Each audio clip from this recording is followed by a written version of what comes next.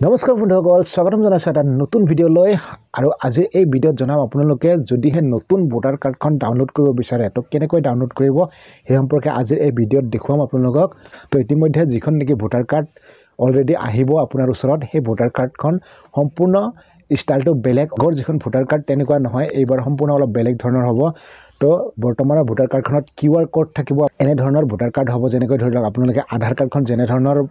ডিটেইলছবিলাক থাকে নহয় জানো তাত QR কোড থাকে আপোনাৰ ফটো থাকে তো ঠিক তেনে ধৰণৰ হ'ব ভোটাৰ কাৰ্ডখন যদি আপোনাৰ ভোটাৰ কাৰ্ডখন বহুত দিন হৈছে অৰ্থাৎ বহুত পুৰণা হৈছে তো আপোনালোকে যিখন নেকি নতুন ভোটাৰ কাৰ্ড আপোনালোকে স্ক্ৰীনত দেখা পাই আছে মোৰ হয় এখন ভোটাৰ কাৰ্ড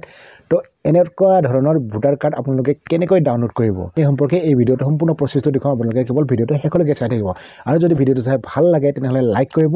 আৰু যদি মোৰ চেনেলটো নতুনকৈ আহিছে তেনেহ'লে ছাবস্ক্ৰাইব কৰিবলৈ নাপাহৰিব তো বলক আমি মোবাইল স্ক্ৰীনত গৈ দেখুৱাই আছোঁ ভোটাৰ PVC কাৰ্ড অৰ্থাৎ নতুন কাৰ্ডখন ডাউনলোড কৰিবৰ কাৰণে আপোনালোকে পোনপ্ৰথমে যিকোনো এটা ব্ৰাউজাৰ ওপেন কৰিব ব্ৰাউজাৰ ওপেন কৰাৰ পিছত সাৰ্চ বাৰত টাইপ কৰিব লাগিব NVSP national voter service portal বুলি এই যিটো নেকি নতুন পোৰ্টেল তাত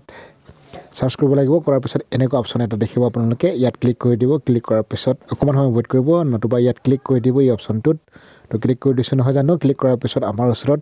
এই পোৰ্টেলটো খোল খাই আহিব দেখিছে নহয় ভোটাৰ সাৰ্ভিসৰ যিটো নেকি নতুন পোৰ্টেল সেই পোৰ্টেলটো খোল খাই আহিছে এতিয়া আপোনালোকে যদি কাৰ্ডখন ডাউনলোড কৰিবলগীয়া হয় তেনেহ'লে পোনপ্ৰথমে আপোনালোকে ইয়াত দুটা অপচন পাব চাওক লগইন আৰু সাইন আপ যদি আপুনি অলৰেডি লগইন ID বনাইছে অৰ্থাৎ আপুনি এই ৱেবছাইট অৰ্থাৎ এই পোৰ্টেলটোত আহিবৰ কাৰণে আপোনালোকে যদি লগইন ID বনাইছে তেনেহ'লে লগইন অপচনটোত ক্লিক কৰিব আৰু যদি বনোৱা নাই তেনেহ'লে আপোনালোকে সাইন আপ কৰি দিব সাইন আপ অপচনটোত যদি এনেকৈ ক্লিক কৰে তো আপোনালোকৰ ওচৰত এনেকুৱা অপচন আহিব ইয়াত দেখিছে mobile number email ID optional হয় ইমেইল ID টো নিদিলে কোনো কথা নাই মোবাইল নাম্বাৰটো দিব তাৰপিছত আপোনালোকে এই কেপচাটো চেমচং ইয়াত ফিল আপ কৰি কণ্টিনিউ কৰিব কণ্টিনিউ কৰাৰ পিছত আপোনাৰ ওচৰত লগইন ID বনাবৰ কাৰণে নাম আহিব নামটো দিব লাগিব তাৰপিছত পাছৱৰ্ড বনাব লাগিব পাছৱৰ্ডটো বনাই ক্ৰিয়েট কৰাৰ লগে লগে আপোনাৰ লগইন ID বনি যাব যেহেতু মোৰ অলৰেডি লগইন ID আছে তো মই ইয়াত ক্লিক কৰি দিম লগইন অপচনটোত আৰু কৰাৰ পিছত চাওক এতিয়া মোৰ ইয়াত ইমেইল ID টো নতুবা মোবাইল নাম্বাৰ নতুবা ইপিক নাম্বাৰ এইটো দিব কৈছে মই মোবাইল নাম্বাৰটো দি দিম তাৰপিছত ইয়াত যেহেতু মোৰ আছে পাছৱৰ্ডটো ইয়াত টাইপ কৰি দিম কৰাৰ পিছত এই কেপচাটো ইয়াত ফিল আপ কৰি ৰিকুৱেষ্ট OTP কৰি দিম OTPটো অহাৰ পিছত ছাবমিট কৰিলে মোৰ লগইন ID টো খোল খাই যাব সেই পোৰ্টেলটো মই পোনপ্ৰথমে খুলি লৈ আছোঁ আৰু চাওক এতিয়া মোৰ লগইন ID টো খুলি গৈছে দেখিছে নহয় আপোনালোকে তো এতিয়া আপোনালোকে ডাউনলোড কৰিবৰ কাৰণে কাৰ্ডখন এই অপচনটো দেখিছে নহয় আপোনালোকে ইয়াত চাওক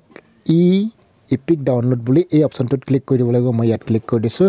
ক্লিক কৰাৰ পিছত অকণমান সময় ৱেইট কৰিব দেখিছে নহয় ইয়াত এতিয়া ইয়াত দুটামান অপচন আহিছে আপোনালোকে চাব পাৰে এটা আহিছে চাওক I have epic নাম্বাৰ নতুবা ফ্ৰম ৰেফাৰেঞ্চ নাম্বাৰ যদি আপোনাৰ এপিক নাম্বাৰ অৰ্থাৎ ভোটাৰ ID নম্বৰটো আছে তেনেহ'লে ইয়াত টাইপ কৰি দিব আৰু যদি আপুনি নতুনকৈ এপ্লাই কৰিছে ভোটাৰ নম্বৰ লাভ কৰা নাই তেনেহ'লে ফ্ৰম ৰেফাৰেঞ্চ নাম্বাৰটো ইয়াত টাইপ কৰি দিব তো মই মোৰ যিহেতু নাম্বাৰটো আছে মই টাইপ কৰি দিছোঁ আৰু এতিয়া আপোনালোকে ইয়াত সিলেক্ট অপচনটোত সিলেক্ট কৰিব ষ্টেটটো সিলেক্ট কৰি ল'ব সিলেক্ট কৰাৰ পিছত চাওক ইয়াত আসাম আহিছে আসামটো মই সিলেক্ট কৰি ল'লোঁ এতিয়া আপোনালোকে চাৰ্চ অপচনটোত ক্লিক কৰি দিব মই চাৰ্চ অপচনটোত ক্লিক কৰি দিলোঁ আৰু এতিয়া আমাৰ ওচৰত যেহেতু মোৰ এই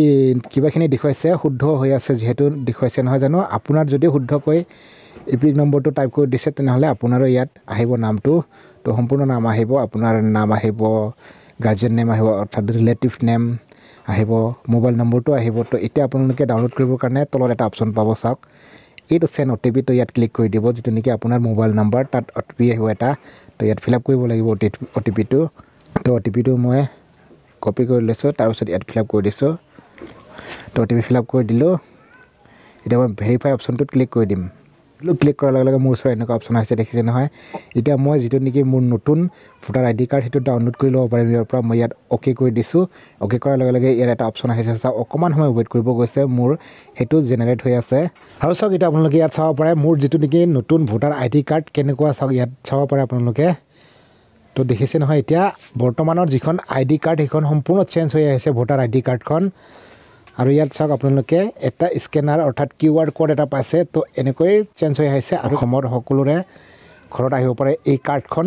যেহেতু অলৰেডি নতুনকৈ বৰ্তমানৰ ভোটাৰ কাৰ্ডখন এনেকুৱা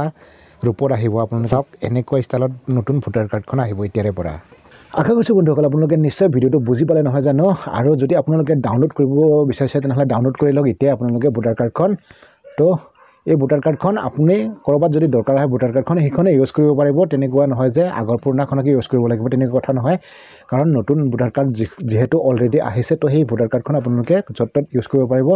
তো যদি ভিডিওটো চাই ভাল পালে তেনেহ'লে লাইক কৰিব আৰু যদি চেনেলটো কৰা নাই ছাবস্ক্ৰাইব কৰি দিব তো এটা নতুন টপিকৰ সৈতে পুনৰ লগ পাম তেতিয়ালৈকে সকলোকে জনাইছোঁ জয় আই অসম।